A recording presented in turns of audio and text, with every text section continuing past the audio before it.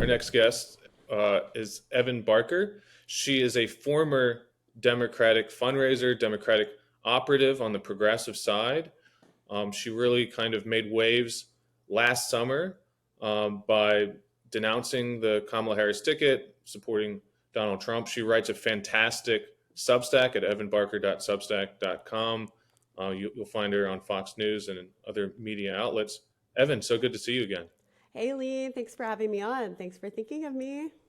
Well, I couldn't think of a better guest to talk about this subject. It's kind of a sprawling subject for this episode of System Update, where there's kind of two dynamics at play, but that are interlinked, at least in my mind.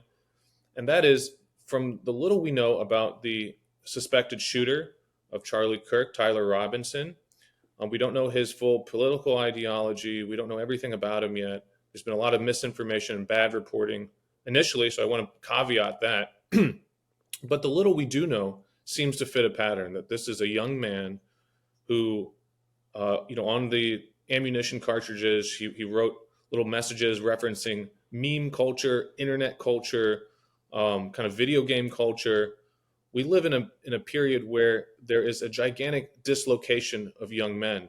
Young men are addicted to video games. They're socially isolated. They're not going out. They're not getting married.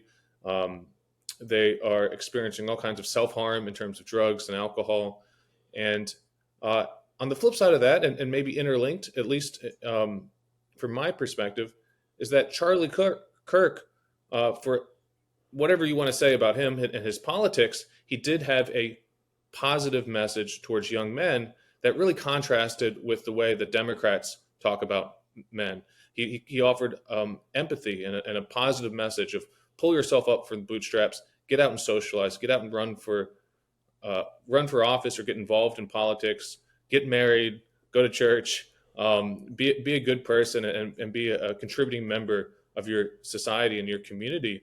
And I just wanted to talk to you a little bit about this as someone who's worked so long in politics.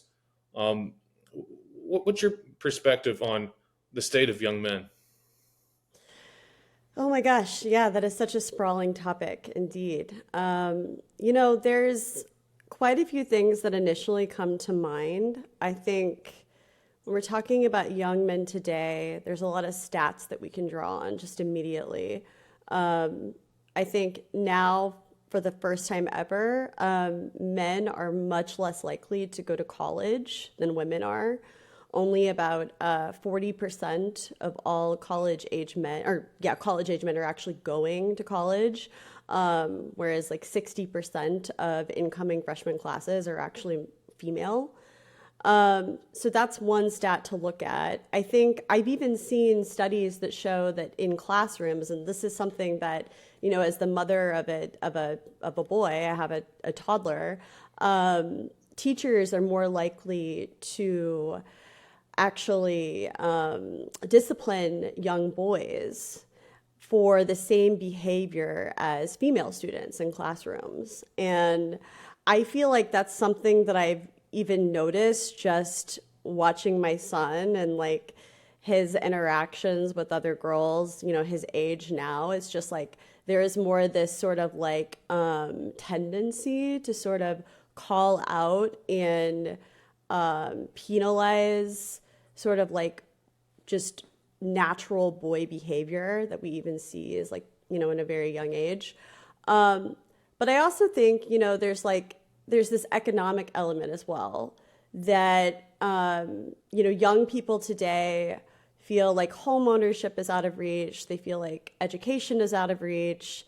I have young men in my family that didn't go to college, that live in, the middle of the country and feel locked out of job opportunities. They feel like they are in a cycle of working sort of like these dead-end jobs, low wage, low paying jobs.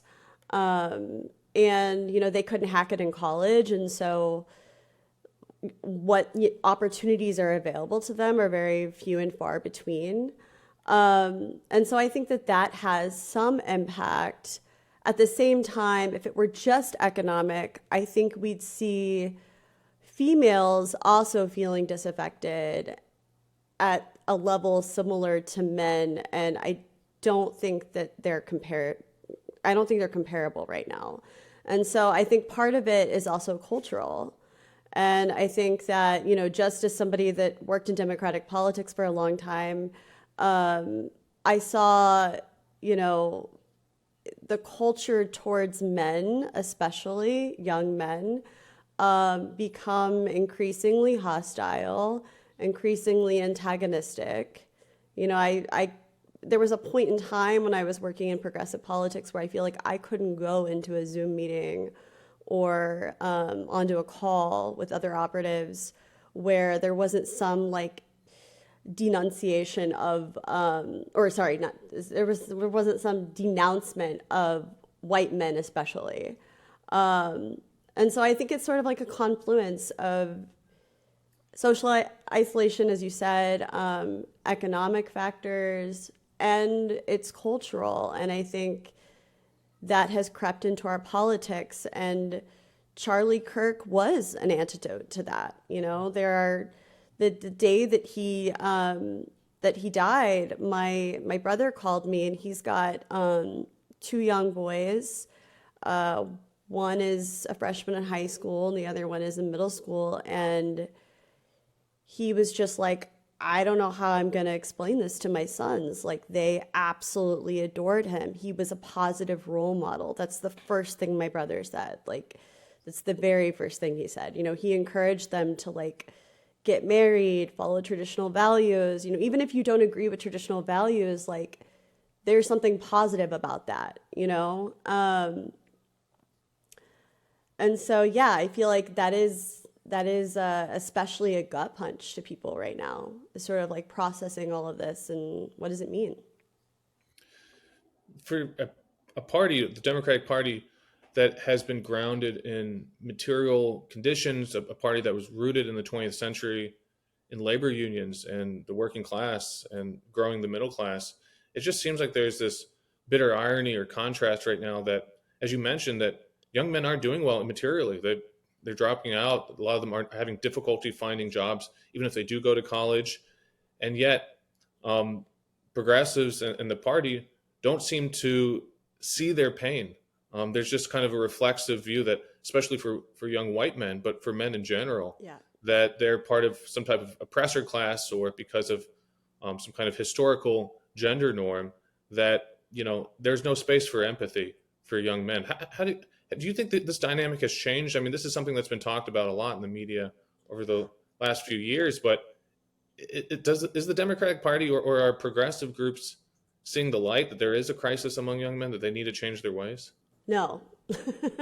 No, and I think that is the slap in the face, right? It's that the irony is that the Democratic Party used to be this party that was grounded in labor unions. I think before the night, I'm sure you've read all about this, but before the 1972 McGovern Commission changes of the DNC, labor unions had a seat at the table. Like, they were just as important as state parties.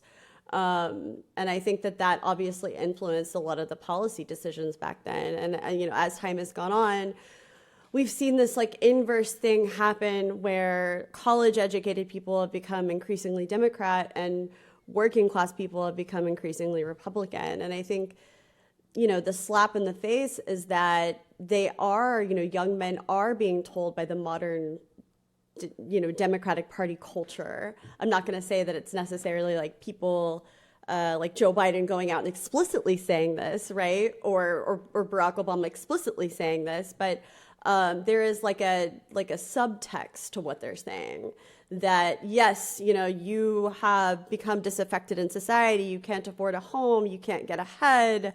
But at the same time, you are the oppressor class. Like, there's something inherently wrong with your existence. I think those are the subliminal messages that these young men are hearing. And there is this massive disconnect. I mean, I just remember when I used to work in progressive politics, like the majority of the people that I worked with, including men, were these very highly educated people that often came from backgrounds of going to Harvard or Yale, or would go there soon after working in politics for a couple of years and get their master's degree, right, at Harvard or something like that.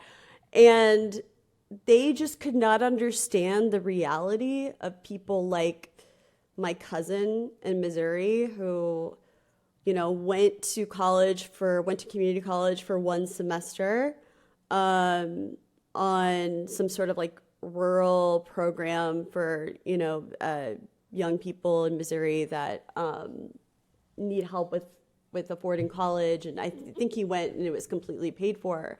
But I think he would have been much better suited to probably go into some sort of apprenticeship program, actually. And, you've just heard, the last 5 years, I remember wiping student loan debt was like this huge thing. And I remember my colleagues especially were just so excited by this. And they were like, yes, this is the answer that young people want. But I, at the time, even though I carried $30,000 worth of student loans that I still have, that I just got an email about that I'm going to need to start dealing with soon. But I remember thinking, wow, I wonder what somebody like my cousin thinks about that. Or my uncles who paid union dues their whole lives and never had anybody pay off their union dues. And actually, I ended up talking to one of those uncles about debt-free college and about the Biden admin's push to do this thing that I think was sort of just a giveaway to their base. And he said it made him feel bad. He said it made him feel angry because he was like, those kids that went to college, like, I'm glad they did, good for them, but they're going to make more money in their lifetimes, over their lifetimes, than I ever will. And it's true, the college wage premium is a real thing. I think Sure. I saw some stat that said that like, over, like, if you have a 4-year degree, you make almost like twice as much as somebody who doesn't throughout your lifetime. So like, why are we paying? Anyway, sorry, I'm kind of going off, but I think just the disconnect that I would see from my colleagues and people that work in democratic politics was profound. And I think when you couple that with this culture that demonizes people, and like you said, not just white men, but men in general, there's going to be consequences to that. Thanks for watching this clip from System Update, our live show that airs every Monday through Friday at 7 p.m. Eastern exclusively on Rumble. You can catch the full nightly shows live or view the backlog of episodes for free on our Rumble page. You can also find full episodes the morning after they air across all major podcasting platforms, including Spotify and Apple. All the information you need is linked below. We hope to see you there.